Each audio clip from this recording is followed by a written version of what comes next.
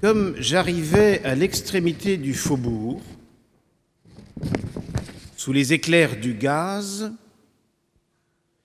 je sentis un bras qui se coulait doucement sous le mien. Et j'entendis une voix qui me disait à l'oreille « Vous êtes médecin, monsieur ?»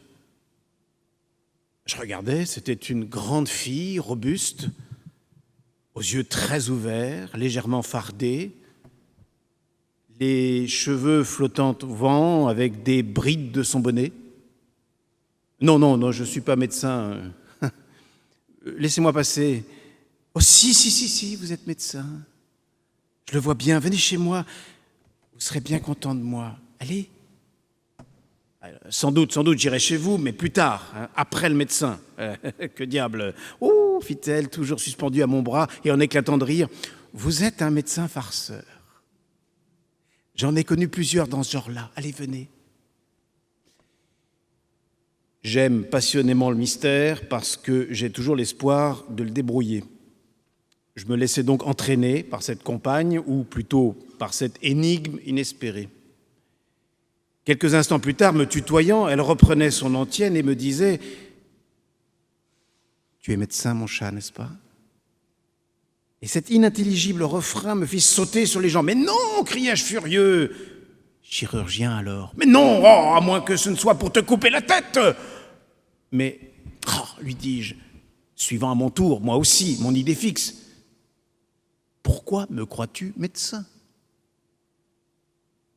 C'est que tu es gentil et si bon pour les femmes. » Singulière logique, me dis-je à moi-même. Oh, je me trompe guère, j'en ai connu un bon nombre. J'aime tant ces messieurs que, bien que je n'en sois pas malade, je vais quelquefois les voir, rien que pour les voir. Il y en a qui disent froidement « Vous n'êtes pas malade du tout ». Mais il y en a d'autres qui me comprennent parce que je leur fais des mines. Et quand ils ne te comprennent pas, dame, comme je les ai dérangés inutilement, je laisse 10 francs sur la cheminée. C'est si bon et si doux, ces messieurs-là. J'ai découvert à la Pitié un petit interne qui est joli comme un ange et qui est poli et qui travaille, le pauvre garçon. Ses camarades m'ont dit qu'il n'avait pas le sou parce que ses parents sont pauvres, qu'ils ne peuvent rien pour lui, ils ne peuvent rien lui envoyer.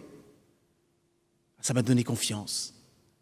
Après tout, je suis assez belle femme, quoique plus trop jeune. Je lui ai dit « Viens me voir souvent, et avec moi, ne te gêne pas, je n'ai pas besoin d'argent. » Mais tu comprends, je lui ai fait entendre ça par une foule de façons. Je ne lui ai pas dit du tout crûment. J'avais peur de l'humilier. Eh bien, croirais-tu que j'ai une drôle d'envie que je n'ose pas lui dire ? Je voudrais qu'il vînt me voir avec sa trousse et son tablier, même avec un peu de sang dessus.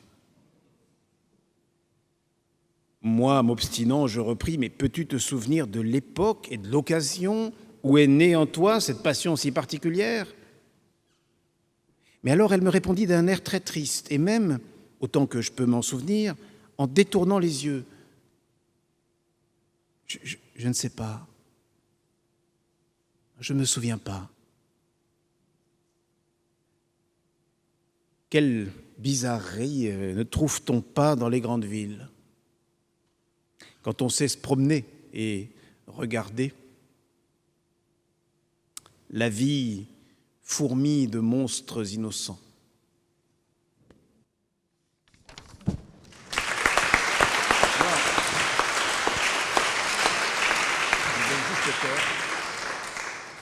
Certains connaissent.